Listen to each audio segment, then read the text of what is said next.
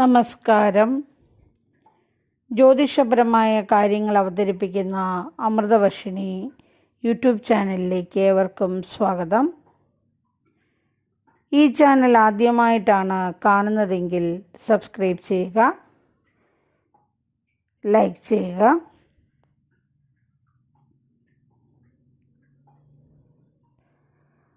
ഉത്രം നക്ഷത്ര ജാതർക്ക് ജൂൺ മാസം വ്യാഴവും ശനിയും മിശ്രഫലങ്ങളാണ് നൽകുന്നത്.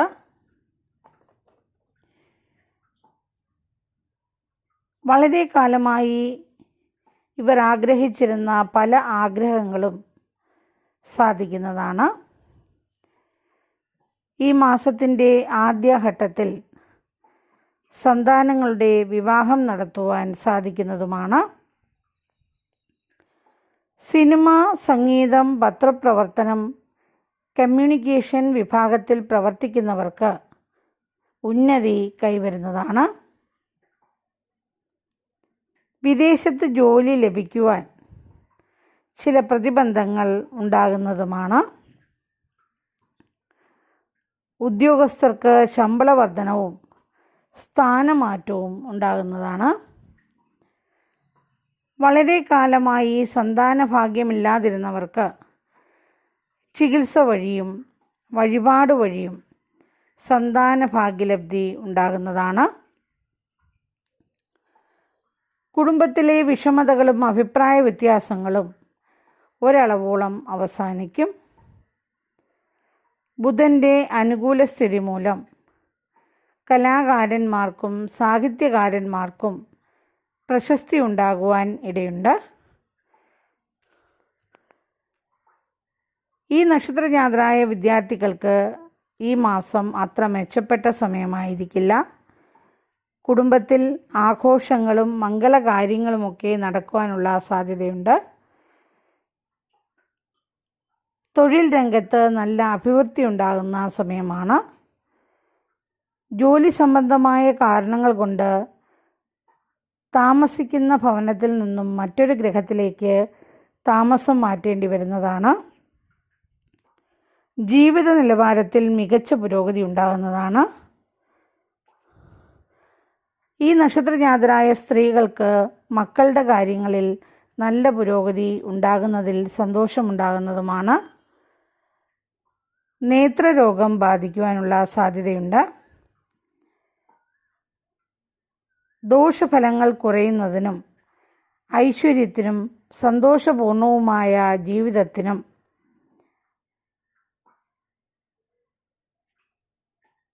കൃഷ്ണഭഗവാന് തുളസിമാല ചാർത്തേണ്ടതാണ്. അത്തം നക്ഷത്രജാതർക്ക്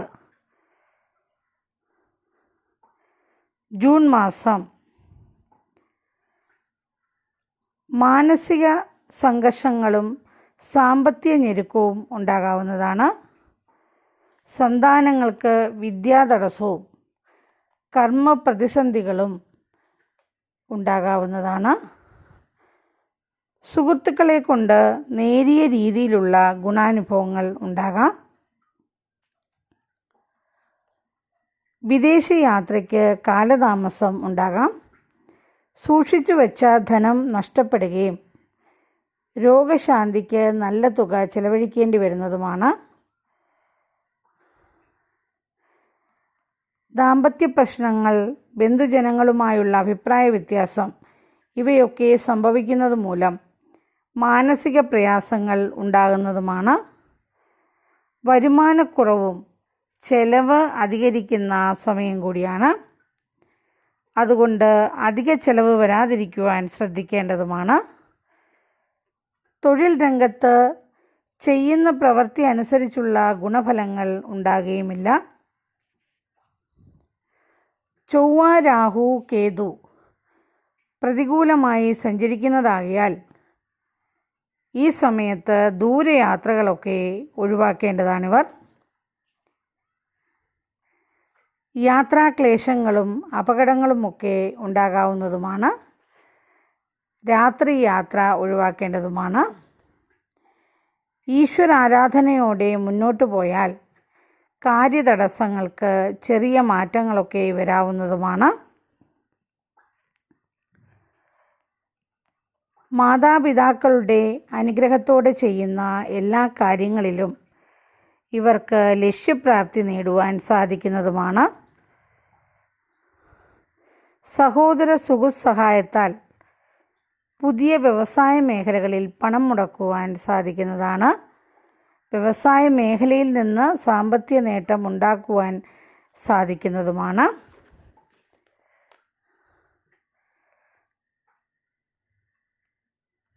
ഇതുവരെ ഉണ്ടായിരുന്ന മാനസികവും ശാരീരികവുമായ ബുദ്ധിമുട്ടുകളൊക്കെ ഈ മാസ അവസാനത്തോടെ മാറിക്കിട്ടുന്നതാണ്. ഇലക്ട്രിക്കൽ മേഖലയിലുള്ളവർക്കും നിയമം, ശാസ്ത്രം എന്നീ മേഖലയിലുള്ളവർക്കും അനുകൂലമായ കാലഘട്ടമാണ്. ഈ നക്ഷത്രജാതരായ സ്ത്രീകൾക്ക് അനുകൂലമായ കാലഘട്ടമായിരിക്കും. കർമ്മരംഗത്തെ പ്രവർത്തനത്തിന് അവർക്ക് അംഗീകാരം ലഭിക്കുന്നതാണ്. ഭാഗ്യലക്ഷ്മി കടാക്ഷം ഉണ്ടാകുകയും ധനപുഷ്ടി ഉണ്ടാകുന്നതുമാണ്. ഹൃദയവ്യാധിയുള്ളവർ ആരോഗ്യകാര്യത്തിൽ പ്രത്യേകം ശ്രദ്ധിക്കേണ്ടതുമാണ്. ഇപ്പോൾ ചൊവ്വ, രാഹു എന്നീ ഗ്രഹങ്ങളുടെ ദശാപകാര കാലഘട്ടം നടക്കുന്നവർ നവഗ്രഹ ക്ഷേത്ര ദർശനം 9 ദിവസം പതിവായി നടത്തുകയും എല്ലാ ചൊവ്വാഴ്ച ദിവസവും ദേവീ ക്ഷേത്ര ദർശനം നടത്തുകയും അർച്ചന കഴിപ്പിക്കുകയും ശിവക്ഷേത്രത്തിൽ പിൻവിളക്ക്, ധാര എന്നിവ നടത്തുകയും കൂവളമാല ചാർത്തുകയും ചെയ്യേണ്ടതാണ്. ദിവസേനയുള്ള ലളിത സഹസ്രനാമ ജപം മനഃശാന്തിക്കും രോഗശാന്തിക്കും വഴിതെളിയിക്കുന്നതാണ്. ദോഷപരിഹാരത്തിനായി ഈ നക്ഷത്രജാതർ എല്ലാ ശനിയാഴ്ച ദിവസവും ശാസ്താക്ഷേത്ര ദർശനം നടത്തുകയും ശാസ്താവിന് നീരാഞ്ജനം സമർപ്പിക്കുകയും വേണം. നന്ദി, നമസ്കാരം.